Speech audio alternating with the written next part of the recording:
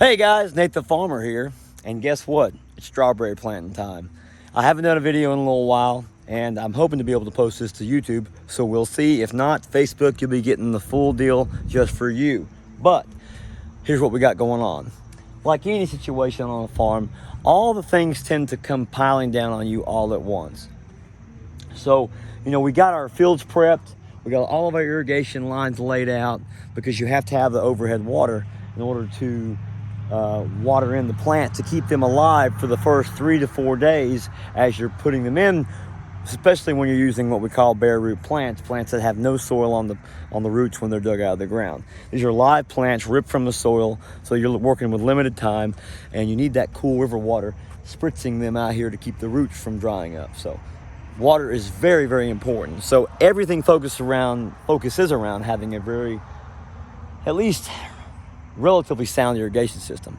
Now, we've done some things since we took a video of us doing all the building in the field, and we punched the holes. You can see we've sown winter wheat through the rows there. I had a video of us doing that, but I never could get it to post, so no big deal. So one of the reasons we do that is it's easier to grow the weed that you want to grow instead of letting Mother Nature grow what she wants to grow. So we let the grass or the winter wheat grow up, and then we knock it down with a mower, or we just drive it down with a tractor. As it lays down, it keeps other weeds from growing as much. Also, it's a great way to kind of control erosion, because for a short period of time when they're living in, there is a lot of water being used. It's the one of 2 times we use overhead water in the field. The second time would be when we're trying to frost control to keep the blooms alive. We'll talk about that later on. But to go back to the whole everything comes piling down all at once scenario, as soon as we got all the water lines hooked up and everything lined out, we put new lines out in the field out there to extend the field, and we worked on all the broken hydrants that we hit throughout the summer as we were doing other things besides grow strawberries. Of course, we come out here to the pump and we start having pump problems. The minute we cut the pump off in the spring, we checked everything out on the old diesel. It was fine. We've been running the electric all summer long to do drip irrigation, and it's big enough to run maybe 1 or 2 of these lines, but that's about it. So we knew, at least we thought we knew, that as long as our electric was up, we may have to do a little work to the diesel just to service it, but the electric could carry a couple of lines. Well, the minute we turned it on the other day, we've been running this thing every day, remember, all the time, and had no problems. Boom. Yeah, the brushes burned up, and for some reason, it's probably been under a heavy load for a while and been starting to go, and it decided to go right when we started planting strawberries. No big deal, right? We've got our diesel pump. We'll just run the diesel low idle for the drip, and we'll make sure to have it ready for our overhead water to water in our plants. Now, because this is a diesel, a motor, you have to have a 12-volt electric starter to crank it, and lo and behold, the minute we go to crank it up, the starter doesn't work. Let me get to the next few parts. We've been lucky throughout my life to have Mr. Charles Klein and Mountain Auto Electric down here in Brownston City. All my life, it's said the number one place to get your starters rebuilt in this whole region was right down there, less than a mile from our farm. So I guess after years of being spoiled, finally it's coming back around to bite us in the butt, because Mr. Charles he's getting older now, and I think he's wanting to retire. And the gentleman that helps him, he's by himself. He's just overwhelmed. I went down there yesterday, and he just didn't have time. He had a lot of people in front of me, and that's kind of the work. It's a first come, first served basis, and it wouldn't have been fair for him to put me in front. So I got it back from him last night, thank goodness, as he was closing the store. And I've been running around town all day trying to see if I could find one, because these are relatively, common starters. They used them on a lot of equipment back in the 60s and the 70s, but can't find one. My dad's down in Raleigh today at a meeting. He's looking for one, but I've decided that, we're not going to let this keep us from getting this job done. So here we are, fixing this starter. So I started out trying to understand what was going on, because it would throw the armature, it would throw the gear forward, but it wouldn't turn it. So I started thinking, well, maybe the brushes were mixed up. So we got down in here to look at the brushes. The springs are all working. We cleaned everything up. It certainly got some wear on it, but there's no real obvious reason why it shouldn't work. And I just, for some reason, because it kept throwing the armature forward, I assumed that the solenoid was fine. But we're now starting to figure out what's going on. So I decided to go ahead and pull the cap, where's it at here, off the back of the solenoid, just to check out the context. And that's when I started seeing stuff like this. See how corroded that is, how badly worn that is, how burnt. You can't smell it through the camera, but Ooh, that's the smell of hot plastic and hot rubber where those wires have been warm as we cranked the motor over and over when we were still working on it. And I got in here and noticed that we had a lot of corrosion and burnt spots on this, and I've already buffed it with a file to clean it up. Got this little plunger rig here. This comes out like this. Got it cleaned up and working, freed up a little bit. So what I believe is our problem is our solenoid not functioning properly.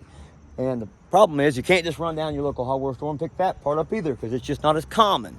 So what we're gonna do is I'm gonna finish buffing all that up, cleaning it up. I'm gonna reassemble the starter and see if it's these contacts that are giving me a problem. Because remember, the solenoid's forcing the plunger forward and kicking the gear out. It's just not turning the motor over. And what's going on is, as the power is, these little contacts are touching this gizmo here, rubs up against this, and when there's two parts happening here. Number one, it's throwing it forward in order to engage the gear into the flywheel teeth, because you know when you start the engine up, you know it throws the gear forward to crank it, and when you're done cranking, it pulls the gear away so it doesn't keep on turning that gear and you overrun your starter motor. Well, it's throwing the gear forward, but there's no energy, there's no 12 volts getting through the system to cause us to get our polarity inside of our electric motor right here and make it turn. And I believe that's our problem. So as I clean all these parts up, get it all functioning the way it's supposed to, put it all back together, and hopefully we'll have a working 12-volt starter when we fire up the old 6404D diesel engine that's hooked to our Berkeley pump, which is going to pull that fresh, cool, clear Tuckasegee water out to water our plants. So it's been an amazingly freshful day.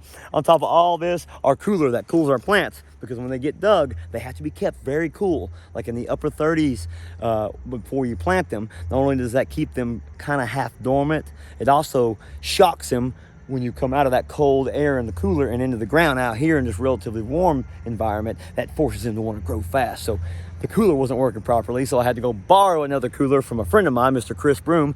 Thank you very much, Chris. I owe you a big favor. He let me bring it down to the shop. We hooked it up and got everything transferred over to that trailer, and now it's cooling.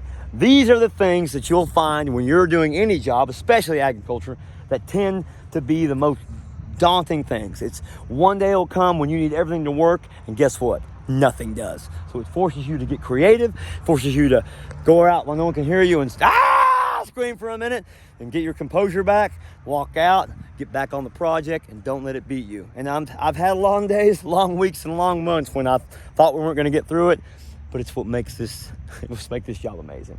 That, and seeing families come out here and enjoy it, and then me getting to share some of the trials and tribulations of farming and the joys that come with it. So I'm back in the field here talking to you guys because I thought it was time to share a little bit of that Nate the Farmer, if you want to call it knowledge, maybe experience, and just let you know that we're here getting ready to start planting strawberries. And tomorrow is my first big school group, so I'll get to show them the crew planting strawberries tomorrow morning.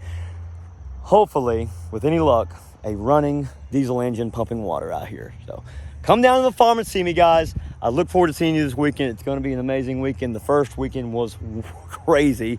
And, it's going to be awesome October. So it's back to work for me. I'll see you soon. If this makes it onto YouTube, thank you very much. And please subscribe to the channel. And I will eventually get more content on there because we've got lots of projects. I just got to start putting the camera up while I'm doing them. And certainly it'll go on Facebook. I love you guys. Thank you for your support. Thank you for your love. And thank you for your patronage. Come down to Darnall Farms. Make yourself at home. This is your farm. You deserve to enjoy it. See you guys.